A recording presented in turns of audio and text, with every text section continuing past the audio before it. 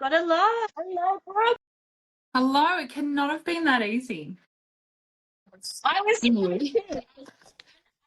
so glad that you are the first person I get to do a live with. I was like, oh, I've got an invite. I'm on. I've got my coffee. Here we are. We finally made it. We've done a live. We've got a bit of courage and we're doing it. Let's get straight into it, Brooke. Are you ready? Yeah, I just know that's what good too. Oh, thank you. All right, we're just going to get cracking into it. Brooke, I'm Sarah from the Support Worker Store. Brooke, tell me about J-Care. Oh, I would love to. So we are. I hear you, Brooke. Hello. Sorry, you dropped out for a bit. So you did the whole. I can hear you now. Oh, so I did my whole spiel and it cut out. So basically, we provide support coordination, recovery coaching. So that's one team. And then we've got call support. So that's in-home, community, groups, events. We like to be loose on that in how we deliver that.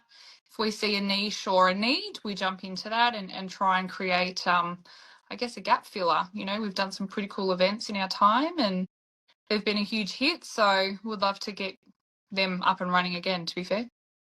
But it hasn't always been like this. Like you didn't start off just straight into it. You did work your way into the NDIS sector as a support coordinator. It wasn't just something that you dived into. Tell us a bit more about how you got there. I've spent 20 years in this industry. So predominantly dual diagnosis is my background, and I started at a really fresh age. I was 16 when I jumped in. I was super lucky. I knew what I wanted to do. I wouldn't encourage everyone to quit school at that age, of course. But yeah, I kind of just knew what I wanted to do and jumped straight into it. And ever since then, I guess I've loved it. I've definitely had my time out of it. Through my time, I've done lots of different elements of support work, case management, behavioural support, palliative. I don't know, the list goes on, right? Like back in the day, we didn't have to be so specific. Each day could have 3 or 4 different, requests. We were talking that long ago, how different today looks compared to block funding days. Man. And like, even I was thinking about it last night after we sort of touched base. The restrictive practice element is so different to what it was, going back easily 12, 13 years ago. And it's good. It's nice to see that it actually is changing for the better. But from our end, like myself and Joe obviously were working for a big organisation during our COVID time, and I was a single mum. I needed to homeschool. We survived. We got through grade 1 and grade 2. But I had a caseload and it was huge. I was a senior coordinator at the time. I thrived on a busy caseload. It wasn't any issue until obviously I had to combat that with working through, doing support coordination for people that essentially lost their supports at the same time. Then homeschool and keeping my own sanity. Something had to give. I wanted to downgrade my caseload, which wasn't an option, unfortunately. And so I figured, well, Joe is a really good friend of mine, and we were talking one night about what we are going to do as a contingency plan. Just, we have to earn an income. The world was unknown for everyone. I still loved my industry. Coordination was very different to anything else I've done in my career, and I loved it. And then Joe and I were like, let's just do it ourselves. And then that way we can halve our caseload and we can work it the way that we want to, not how we're told by a board how we get to run our days. That's why open businesses, isn't it? Why not? Like, what to lose? I can only gain from this experience, really. Yeah. And it was kind of like a moment where we're like, shit, are we actually going to do it, or are we just going to kind of talk about it and but here we are. 5 years on. The great thing about being doing support coordination for you is that you've got the background of working ability as well. So I get a lot of questions from support workers. How do I engage with a support coordinator to get some work and to get my name out there? tips would you give support workers? I think you've said it before in a few of your resources and lives and or other things that I've definitely spoken to you about, and I think you've nailed it. I do think if you're going out into the industry on your own, you definitely need to have worked under a provider or an organisation first to have that Yep. learning opportunity. Yep. We as coordinators need to make sure that you're well vetted. So the skill set, can you peg feed? Do you do personal care? Do you know how to work within a dual diagnosis setting? Are you mental health trained? Like, there's so many things that we need to know before we allow our vulnerable cohort to access these supports. Like sitting your apprenticeship, really.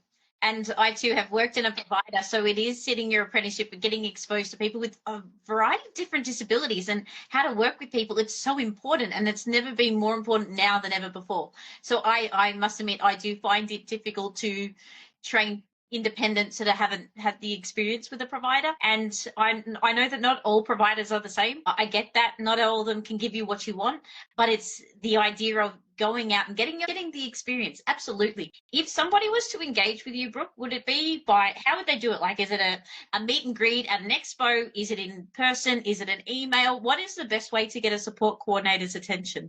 For us, I would say call, email. So call, introduce who you are. I'm a personable person. I want to know who you are. I want your vibe. If I do feel like you are a match for our cohort, I will ask for, I guess, an email outlining your skills, and obviously sharing a bit more of who you are. We have staff bios on obviously all our socials, and we do that on purpose. So when we say, hey, check us out, but have a look at our staff, you may connect, you may not. It's a visual. Yeah. I call it it's like dating, really. That's the best way to describe it for people. It is trying to figure out whether two people can match, because we know that when people got a really good match, it means they've got longevity. It means that we've got somebody that's going to be engaged. We want our participants engaged and enjoying what they're doing every day. I get that completely. Is there anything that gives an ick? Because I have support workers, I can't get anywhere. I've done the emailing, I've done the phone calls, I'm not getting anywhere. Is there any turn-offs or icks that I don't know of, or and then I could talk about? Is there anything out loud, or is there any particular icks? Yeah, there is. My top two would be I'll base it on obviously real life. I've had people come up to me with being at an expo as an example and just saying, how do I get more clients? Just immediately, that is literally where they kick off. And I've spent 20 years in this industry, and I will be insulted if all you're looking for is how to get clients. Who are you? What skills do you have to work in this vulnerable workspace? Are you, and I'm going to use a term that's been used on many other platforms, but like a cowboy? Are you a taxi driver? Decided that you want to be a support worker because you see it's really shiny. Our roles are intense, and you need to remember that we're working with people. So lead with heart. Yeah, it is very difficult. 100%.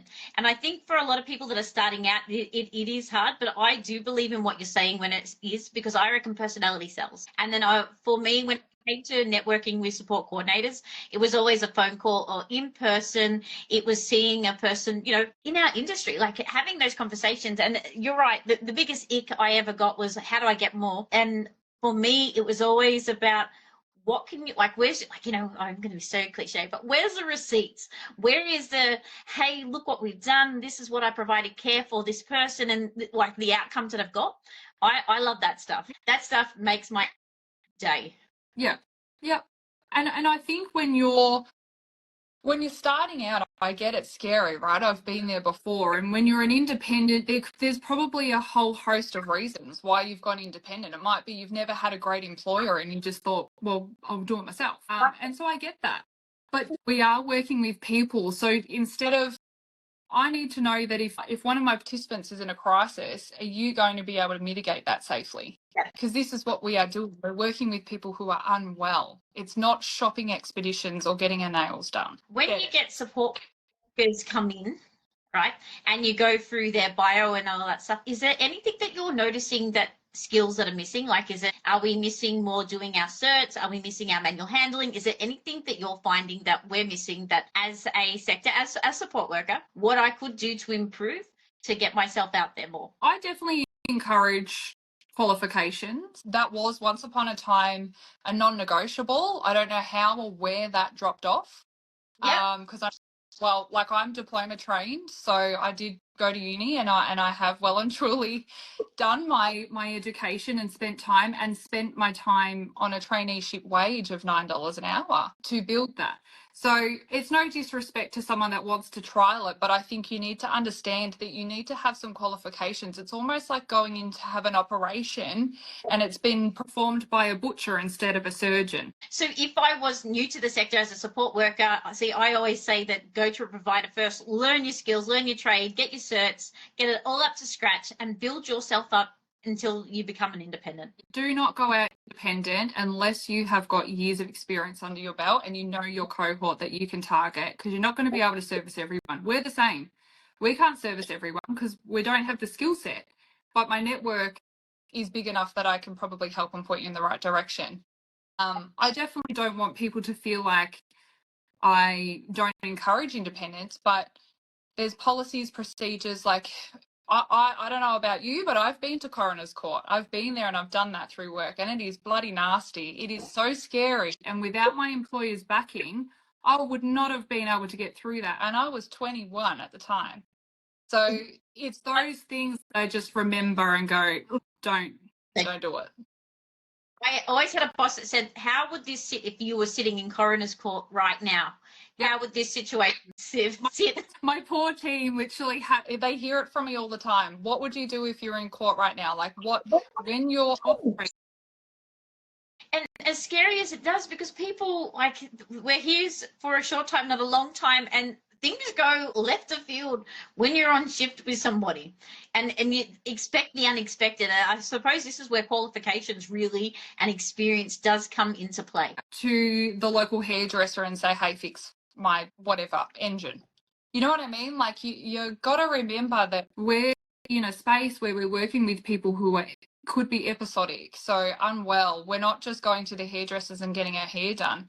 We need to make sure that we're working with that person to build their capacity to maintain their independence to the best of their ability. It has lost that in the last few years. You know, as a provider, we're definitely, you know, that's our drive. You know, when it comes to support workers, personal care is another one I'm finding is not as, I don't know, it's all of a sudden become optional, and I've lost that somewhere. I've lost that memo because it's not optional, right? Yeah, it's a part of life. We all have to go to the bathroom. I get not everyone is comfortable, and I get that for their own reasons, but I know in my day, like when I was doing, you need it. With JCare, I've got to ask, I'm sorry if this is like out of nowhere, but what are you most proud of with your company and what you do? Oh, sorry. I'm a fangirl of yours. What is the thing that makes you get up in the morning and go, far out Brussels sprout? I am so proud of this. My team, it's a bit cliche, but they are good. They rock at what they do. They definitely, they walk the walk and talk the talk, which is what we look for when we're hiring, obviously. And that makes me proud because it means that I'm doing something right. I must admit, when I went to your office a couple of months back and I was sitting in that chair, I was like, I think I could work for these people. And I don't say that very often. So I was like, oh, wow. Like, you know, like I really loved the vibe and how the questions that the guys, your team were asking, I was like, what? I think I was taken back too, because it is so refreshing to talk to people that have the same mindset and communication that, you know, like we're here for the long haul. The reason why we put in our resources and what we're doing and we, you know, we pay for our auditing and stuff is because we want to provide really good quality care. Yeah. And to have a team that actually want to see you as a business succeed and celebrate our participants' wins. Like our chat goes off when we have participants that kick goals. And look, some of them could be, hey, we've actually showered 3 times this week. Like, this is bad. We've gotten a lot further than what we were. And that's huge because it means that they're leading in the right direction and definitely doing it for the right reasons. sorry, left the field again, and I know you just mentioned about the showering, without breaking any confidentiality, with J-Care, what is your best participant success story? Oh, Big one, but the shower one's a really good example because yeah, it's look, small. it is a small win. It is about doing it independently. Is that the best one? No, It's a bloody good. I do have one, but it is. How would I summarize? Well, obviously, I need to be careful. Obviously, so trigger warnings. There is a little bit of info, but I will condense it. I've worked with this particular person for, I want to say 6 or 7 years now, because they actually followed from where I come from, a different organisation. I won't use names. He was, let's call him Bob. Bob was hesitant with any supports. He was homeless, living in his car. He was picked up in a previous contract before, it was a step before NDIS.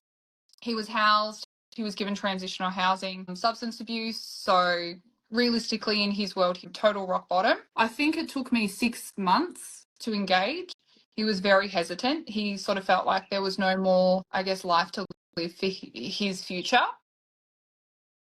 We implemented supports at a really slow, steady pace to what he, I guess, was ready for. We did have to work around the trauma. We obviously had a lot of other supports put in place. Fishing was his biggest love, I guess, but at the same time a trigger. Yeah. So it was really one major thing. Oh, it's going to get me a bit like, oh. He is beautiful. It's taken me 7 years, because I'm just looking at his file. 7 years to get him back to doing what he loves. And now he goes out fishing on his own. Yep. He's got no idea. He touches me.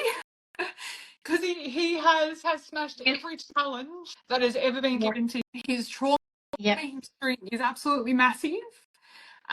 We started doing really slow, I guess, supports around the fishing and obviously gradual exposure. And again, like, I wish he knew how much he impacted me, because he does now. He goes out fishing like daily. He goes on his own. He's created a network down at the local fishing area. And he will send me pictures of the fishes that he's caught, the sunsets that he sees. And this is a guy that I think 7 years ago would never have even left the house. To be honest, he had the NDIS. Yep. Have this. His life, like, I mean, again, trigger warning. His life, he was done. He checked out. And it was a lot of heavy lifting from our end. And doesn't it? It's small, and this is the thing that it's got to let the meal simmer. Like, it's for like support coordinators. I know with you guys, you start really small, and then we gradually work on our businesses, and we grow it and we grow it and we extend it to what they are. Kudos. I love these stories. I'm so sorry I made you cry on a live. He's got no idea how much, like, his story, I wish he would scream it from the rooftops, but whilst he and I share the fact that he's come so far, he's got no idea of the impact that has on me too. Because you've had a win, but it's not that it's just the win, it's also that you're learning as well, and you're gradually, as this has happened, because you can start to see these things, and it snowball. It's like a snowball effect, isn't it, when it comes to this type of stuff?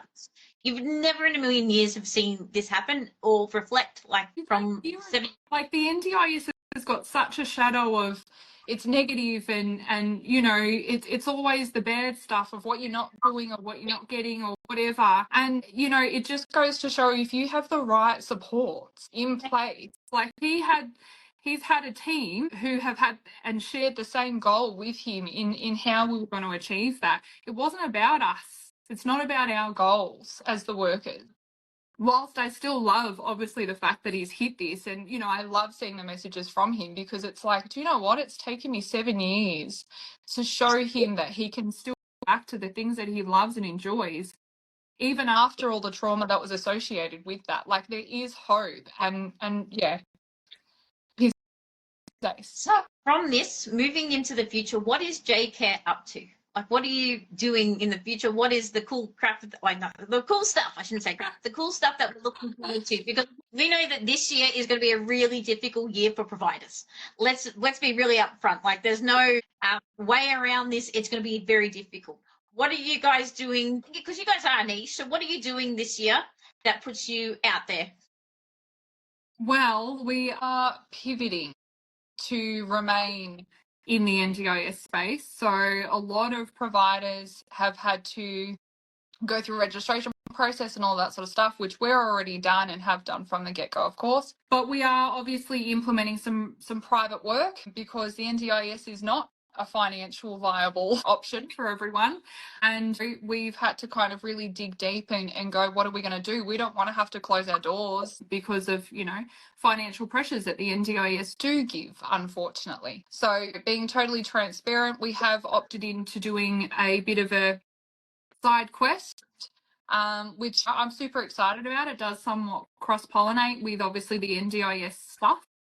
There will be more obviously coming from our end, but at this point in time we want to keep our doors open and keep working with our cohort and not turn around and say, look, we have to shut. So, in order for that to actually happen, we do need to look at other options that are available to us, which we have done and we've definitely got in the works. From a J-Care specific, we are hoping to just keep doing what we're doing. I mean, we feel like we're nailing it. We just want to keep getting better. You can never be perfect. We always reach out for feedback, and this year it's about really making sure that we continue staying up with the NDIS changes and making sure that we're agile in it, so that we do keep being able to provide the support to those that need it and look for it. And I believe in February you've got a course running for independent support workers. Yes, we do actually. I forget. Geez, that's bad. No. Yep, so we've got a workshop. We're running it in our Frankston office, and it's basically to just help, obviously, again, as we were saying about independence, making sure that you're aware of your expectations when it comes to the NDIS. Not everyone spends time like me reading the Ledge and the Act and having that as my light reading of a nighttime. So what we felt, we needed to share that. What was it? Yeah. And you're Sarah from Sinclair Support Group. Are you both Frankston both? No, Sarah is more, she's like Clyde. From this, if you attend the event, it's all right to chat with you guys later where you're at. Yeah, we have kept the numbers posted, so we have capped it. So if you don't get this round, then, if we have enough interest, we'll do another one. But we've kept it small for keeping it intimate. We want it to be a workshop. Which are beautiful. Yeah. I for you because I training support workers. Like that's my baby. That's my niche. Like I enjoy that type of stuff. So the idea that you guys are doing it, fantastic. That's exactly what our sector needs, especially in the independent space, because they don't get a lot of support. And it's also, like I said before, we want to encourage people to do what is good for them. Being independent is your best option, then that's great. But just remember that there are a lot of things that come with that should be across the board, having your reports and, knowing where to find the resources and tapping into those, I guess, networks to be able to make sure that you're being the best you can be for that person that you're supporting. And that comes with, the boring stuff of policies and procedures and all sorts of stuff as well. It is boring, but it's there for a reason, because all this stuff happened, all these policies and procedures occurred because something we could put somewhere in the past and they had to put them forward. I get all that type of stuff. And you know what? Like, knowledge is power, right? Like, if you don't know what you don't know, that's cool. Keeping up with all of this information. Are you doing the panels and learning about how the ledge is changing so that you can also pivot if you need to for the cohort that you're actually supporting? Because if you're not keeping up to date with it, and next thing you know, tomorrow there comes in a registration change or a requirement and you can't meet that, what happens to that person? Like, what's your contingency plan for that person that you're supporting that you've probably had for months? But it is coming July. July the 1st is coming. There will be registration across the board in all different parts of providers. So it is something that we have to stay up to date with and be on top of 100%. And look, as a provider or as a registered provider, so many things that we have to do, and keeping up to date with training part of our registration requirements. So why is there a disconnect between the cohorts of, you know, support workers who are independent versus providers who are registered? Let's make sure it's the same everywhere. Yeah. The idea that it started without that is questionable.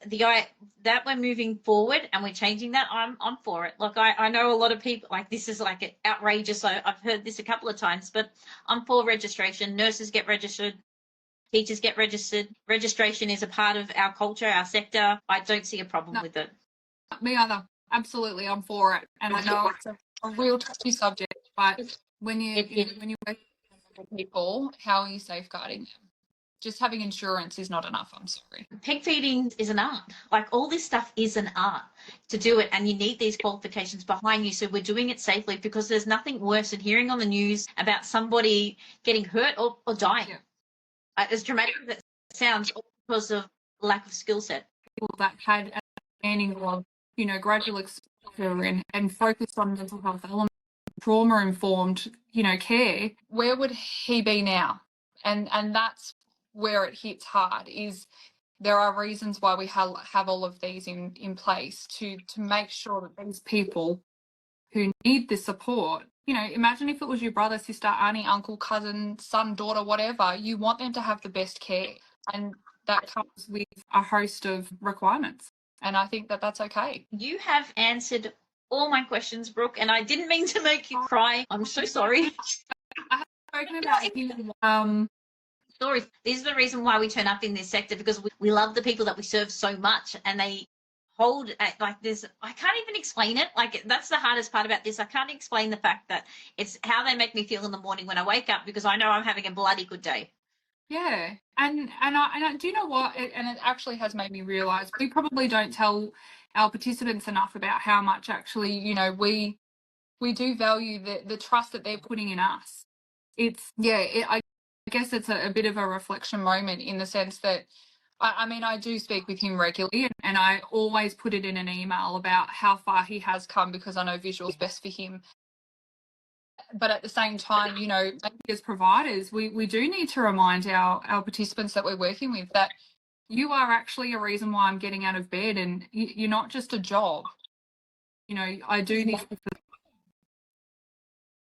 Maybe we need to do... Well, I haven't even looked at the questions. I'm so sorry. I get so engaged with everybody, like all this conversation going on. I'm just reading the chat right now. I can see on the screen. Has anyone got a question that you'd like to ask Brooke or myself about what's going on in the sector? Anything to do with support coordination and support workers? Sorry, this is the first time we've scrolled, because we were just so busy chin wagging that we forgot to look at. I forgot to look at the chat. Me too. My bad. Just went... I knew this was going to happen, Brooke. All right. I can't see anything in the chat that you guys got any questions. If you are, definitely, guys, if you haven't met Brooke from JCare, go onto her page, follow what they're doing. They've got some really cool stuff coming up, and the events that they're running, and just like the knowledge that you get. Like, I've learned so much from you, Brooks. Thank you so much. Thank you. I really do. I cry all the time, so let's just... let's make that a known thing. But yeah, I think from my end, you know, this is why we do what we do. You know, I am proud of what we do every day, day in, day out, and I just I guess from our end, we're super lucky. We have an amazing network. Obviously, Sarah, you're a part of that, and you know, we are appreciative of that. I love it. It really does say when you can network and be like, there's no ego here, to be honest with you. There's just work coming together and thinking, this is the problem, how do I solve it, because it benefits the person that we serve. That's really what it should be, just that simple. All right. I've seen maybe next time I might actually have a chat to Bob and see if he's keen to share his story. Too easy. Thank you so much. All right, I'll let you all go, but thank you for our very first live. This was really exciting. I must admit, I was packing it a little, but we made it. We got it. Thank you so much, everyone, for joining. Bye for now. See you guys.